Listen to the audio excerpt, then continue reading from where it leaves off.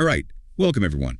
Ready for a deep dive into the future of space? We're talking low Earth orbit, and things are getting really interesting. Really interesting indeed. Especially because, well, you know how the International Space Station, the ISS, has been up there forever. Yeah, a true icon of space exploration. It's actually getting retired. Oh, retired? Yep, in 2031. They're planning to deorbit it. NASA is handing SpaceX a cool $843 million to hit down safely. Wow, that's quite a price tag for retirement. It is. But what's even crazier is what's coming in next T. It's not another government project, not like the ISS. This time, it's the private companies taking over. That's a big shift. It is. Big names too, like Jeff Bezos is involved. Even, get this, a cryptocurrency millionaire is building a space station. Well, this is a truly fascinating development, a real turning point for space exploration. I mean, the ISS, that was all about international collaboration, right? Yeah, it's different countries working together. Exactly. But now it seems like we're shifting into a new era, more competitive, more commercial space race. A new space race, huh? Yeah. So what are these companies actually planning? Like, what's their vision? Well, if we start with the big player, you got to talk about Jeff Bezos and his company, Blue Origin. They're building this massive space station called Orbital Reef. Orbital Reef, okay. It's designed to be like a multi-purpose hub. Think research labs, business areas, even space for tourists. Wait, so it's not just for astronauts anymore. Anyone can go. Well, in theory, anyone with enough money, it's definitely going to have a tourism aspect. Okay, tell me more about Orbital Reef. Like, is it bigger than the ISS? Fancier? Size-wise, it's actually a bit smaller. It'll have around 823 cubic meters of volume. But it's still gigantic, don't get me wrong. 823 cubic meters, I can even picture that. Right, it's massive. And the estimated cost, about $100 billion. $100 billion, wow. Even for Bezos, that's a lot. It is. It's a staggering amount. But to put it in perspective, the ISS cost over $1 trillion over its lifetime for building and maintaining it. So in a way, Orbital Reef is actually more cost-effective long-term. Okay, so maybe a bargain, relatively speaking, but still, $100 billion. What are we getting for that price? What's so special about this Orbital Reef? Well, think about it. Imagine you're in this spacious module, huge windows all around, you're looking out at Earth. That's what Blue Origin is promising. They want to create a destination that's not just functional, but also, well, luxurious. So like a space hotel. Are you telling me I could actually book a vacation in orbit? You could, potentially. But let's be realistic, it's not going to be a budget trip. We're talking about an experience that'll likely be reserved for the super rich, at least initially. Yeah, that figures. I guess it's like any new tech, right? At first, it's only for the few who can afford it. Exactly. And with space travel, well, the challenges are immense. Think about the cost of launches, the complexity of life support systems up there. It's a long way from becoming your average weekend getaway. Right, so maybe I shouldn't expect a last-minute deal on space vacations anytime soon. But still, this orbital reef one's pretty impressive. What's the timeline for this project? When can we expect to see it in action? They're aiming for a pretty ambitious timeline, actually. Blue Origin wants to launch the first modules in 2027, and the goal is to have the entire station fully operational by 2030. 2030, wow, that's just around the corner. Seems this new space race is moving faster than I thought. But hold on, it's not just Blue Origin, right? You mentioned something about a crypto millionaire getting in on the action. Oh, absolutely. We haven't even gotten to that part yet. Right, so we've got this guy, Jed McCaleb. He co-founded Ripple, you know, the cryptocurrency. Oh, yeah, I've heard of Ripple. So he's putting his crypto fortune into building a space station. It's called Haven 1. Haven 1, okay. Is that going to be like another luxury space hotel, like what Bezos is building? Well, the initial focus seems to be on that, luxury space hotel. But there are some, key differences. Okay, like what makes it different from Orbital Reef?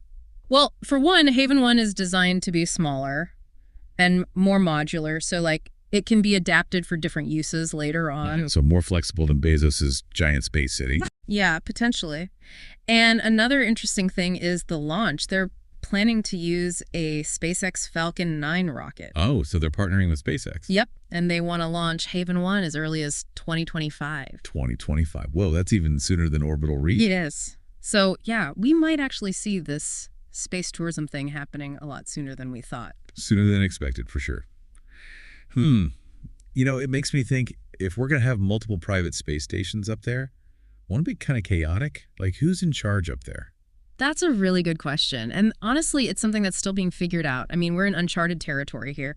The line between, national sovereignty and private companies, it gets kind of blurry in space. So it's like the Wild West up there. No rules, just billionaires and space cowboys doing their own thing. Not quite that extreme. But yeah, there are definitely a ton of legal and ethical questions to work out. Like, who's responsible if there's an accident on one of these stations? What happens if there's a, dispute or something? Yeah, that's a good point. Yeah, I guess the lawyers are going to be busy figuring all that out. Oh, absolutely. But okay, let's get back to the science side of things. You mentioned earlier that Orbital Reef will have research labs, right? Yeah, they did. Yeah. What kind of research are they talking about? Well, microgravity research is a big one. So basically taking advantage of the unique environment of space to study things like how crystals grow, how fluids behave differently, even how the human body reacts to long-term space exposure.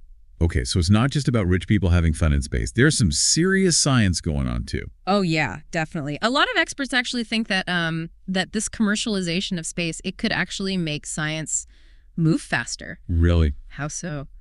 Well, because private companies, they tend to be more, agile, more innovative. They can take risks that government agencies might not be able to. So are you saying we could see, like, breakthroughs coming out of these private space stations?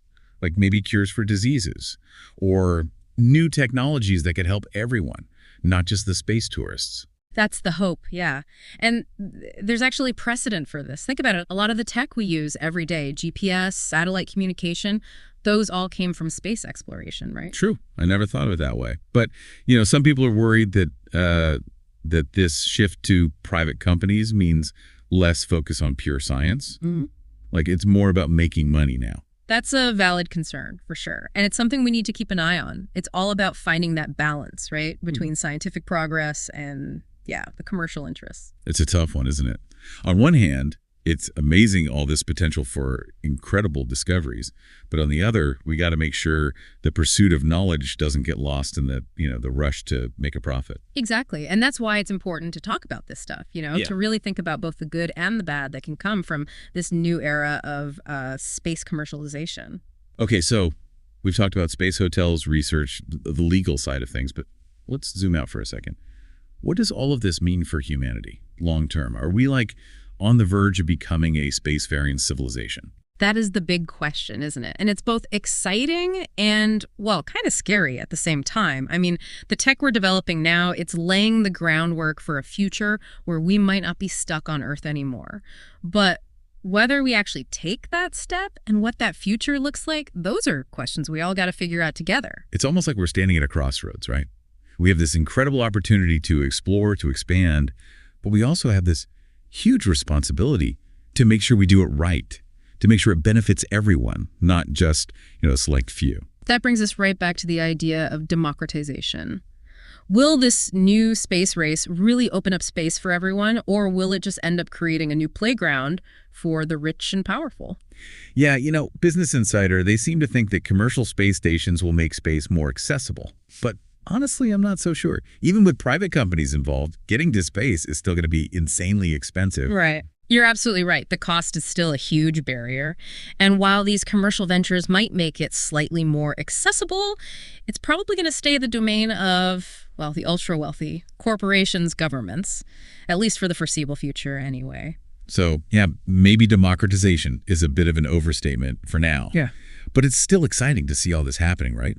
Who knows what the future holds? Maybe one day space travel will be as normal as, flying across the Atlantic. Wouldn't that be something? But for now, it seems like we're entering this era of elite space tourism, a world where the stars are within reach, but only if you have very, very deep pockets. Kind of mind-blowing, all this happening, right now. Space stations popping up, this new space race, maybe even space vacations one day. Yeah. But it makes me wonder, what about the rest of us? People who aren't billionaires or astronauts, how does all this affect us? That's a great point to bring up, because even though space tourism seems like this exclusive thing for the super rich, the truth is the tech being developed for all this, it does have a ripple effect. It touches everyone's lives, even here on Earth.